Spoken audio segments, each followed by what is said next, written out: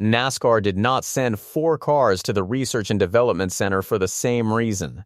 All 4, the number 2 of Austin Cindric, the number 9 of Chase Elliott, the number 20 of Christopher Bell, and the number 97 of Shane van Gisbergen, are scheduled for engine dynamometer testing. But only 2 of them, the number 9 and the number 20, are also being torn down completely. That distinction was written into the announcement, and NASCAR has not explained what separates those 2 cars from the other 2. The announcement followed the Cookout 400 at Richmond Raceway on Saturday night, August 15, 2026. The primary post-race inspection was carried out in the Cup Series garage and produced no findings. Joey Logano's number 22 Team Penske Ford cleared without issue, and his victory was made official. NASCAR reporter Dustin Long published the inspection results early Sunday morning. He wrote, "NASCAR post-race inspection is done at Richmond. All clear. No issues. Joey Logano is the winner." Cars to the R&D Center 9 and 20 will be torn down. The tow 9, 20, and 97 will go through engine dyno. The 4 cars selected are the number 2 Team Penske Ford, driven by Austin Cindric, the number 9 Hendrick Motorsports Chevrolet, driven by Chase Elliott, the number 20 Joe Gibbs Racing Toyota, driven by Christopher Bell, and the number 97 Trackhouse Racing Chevrolet, driven by Shane van Gisbergen. The facility they are traveling to is located in Concord, North Carolina. To understand which cars were chosen, the race itself has to be laid out in full. The Cookout 400 ran 400 laps around the .75-mile short track at Richmond Raceway in front of a sellout crowd. Ryan Blaney started from the pole position in the number 12 Team Penske Ford and controlled the opening portion of the event. He led 60 of the 70 laps in Stage 1 and took the stage win, which was his series-high 6th stage victory of the 2026 season. Points in Stage 1 also went to Chase Briscoe, Joey Logano, Austin Cindric, Josh Berry, Bubba Wallace, Denny Hamlin, Christopher Bell, Chase Elliott, and William Byron. Austin Cindric had started 23rd and gained a large number of positions during the opening pit cycle, moving into the top 5 inside that first stage. 2 penalties shaped the early running. Ty Gibbs, who had won the previous Sunday at Iowa Speedway, was penalized for speeding during the green flag pit cycle and fell outside the top 20. Austin Hill was penalized on pit road for an uncontrolled tire. Stage 2 was longer, and Joey Logano paced the second half of it to take the green and checkered flag. Between them, Ryan Blaney and Joey Logano led more than 140 of the first 230 laps of the race. The only caution in the stage came when Zane Smith spun on his own in turns 1 and 2 and struck the outside wall at lap 125. That yellow flag fell during a green flag cycle, and both Bubba Wallace and Ty Gibbs lost the lead lap as a result.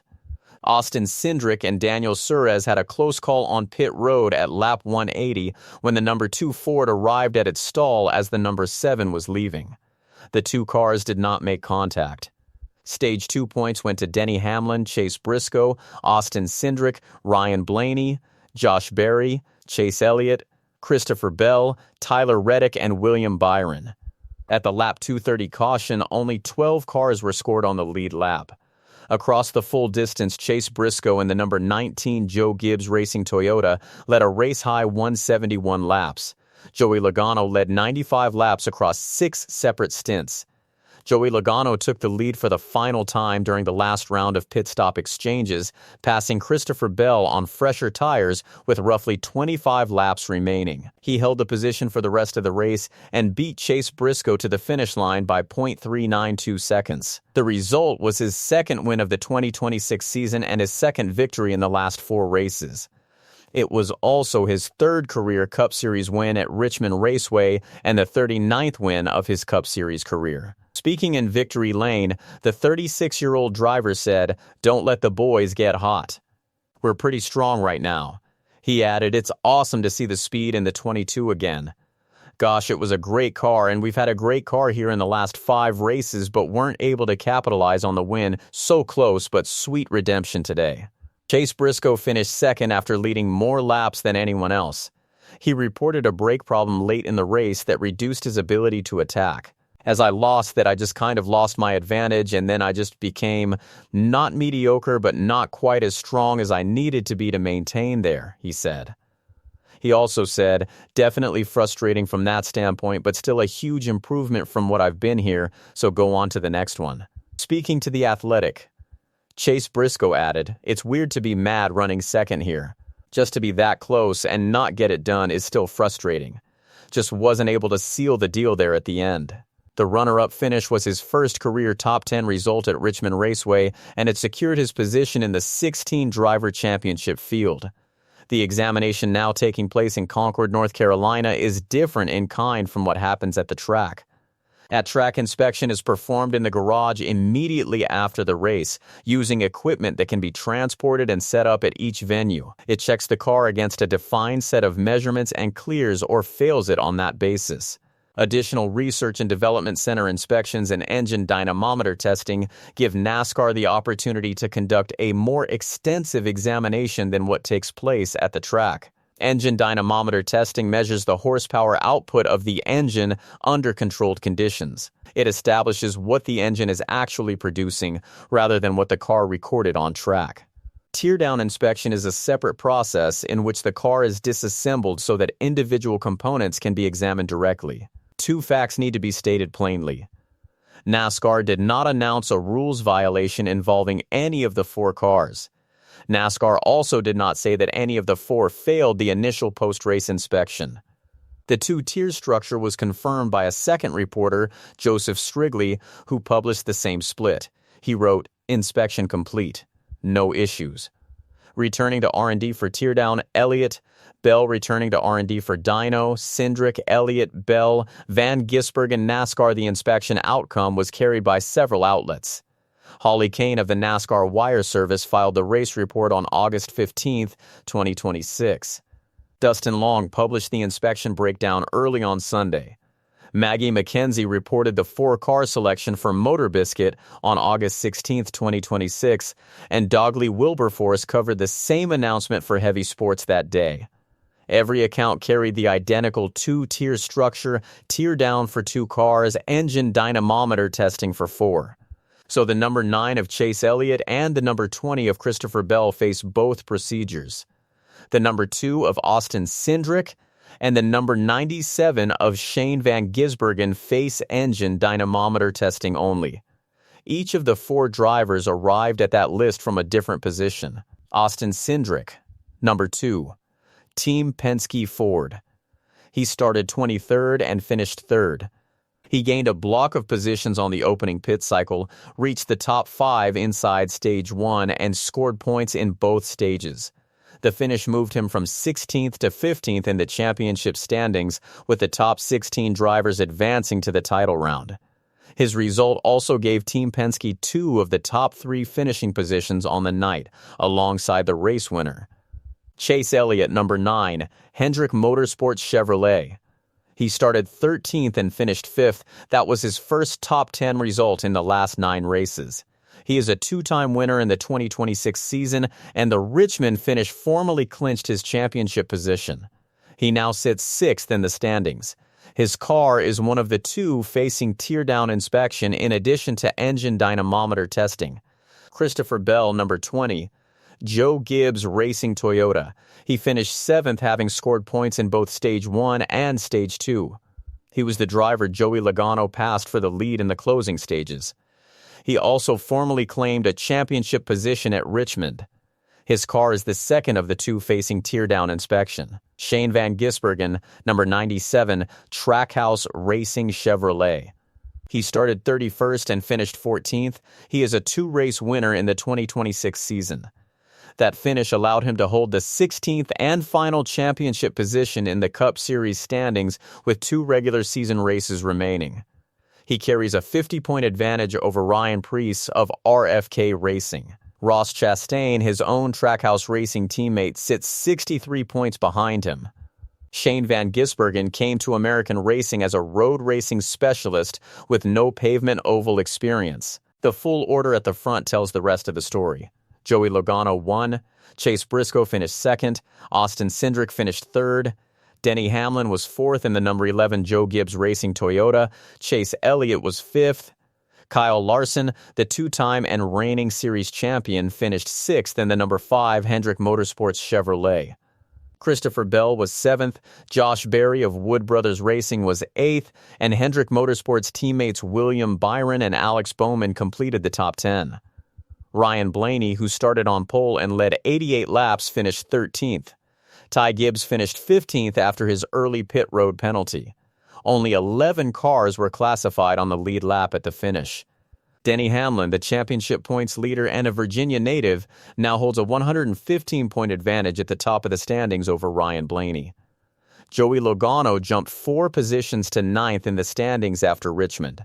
Across the last 6 races, he has moved from 20th to 9th, following the slowest season start of a career that now includes 39 race wins and 3 championships. Just over a month earlier, he had been outside the top 16 entirely. The mechanics of the point system explain how quickly these positions move. A race win is worth 55 points. A stage win is worth 10 points. The maximum swing available to one driver over a rival in a single event is 75 points. Joey Logano's climb is the clearest illustration of that arithmetic. On July 20th, 2026, he won at North Wilkesboro Speedway. He finished 3rd in Stage 1 for 8 points, won Stage 2 for 10 points, and won the race for 55 points, producing a 73-point night. Before the green flag at North Wilkesboro, he had been trailing the cutoff line by 8 points. After it, he was 49 points clear of the cutoff and had moved up 2 positions in the standings. It was his first win in more than a year, and 5 races remained at that point to set the championship field. 7 drivers have now secured their place in the championship field: Denny Hamlin, Ryan Blaney, Ty Gibbs, Tyler Reddick, Chase Briscoe, Chase Elliott, and Christopher Bell. Tyler Reddick of 2311 Racing is a 5-race winner this season and finished 11th at Richmond. 1 week after a 36th place result at Iowa Speedway. Chase Briscoe, Chase Elliott, and Christopher Bell hold positions 5th through 7th in the standings. Shane van Gisbergen's margin has moved across the same stretch of the season. After North Wilkesboro Speedway, he sat 14th in the standings with a 54-point cushion over the cutoff line, improved from 31 points before that race. After Richmond Raceway, he holds the 16th position with a 50-point advantage over Ryan Preece. Bubba Wallace of 2311 Racing stood 13th after North Wilkesboro Speedway with a 69-point cushion, up from 55 points.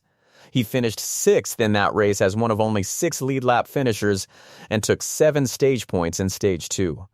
That result followed a last lap penalty at Atlanta, which moved him from 2nd place to 29th.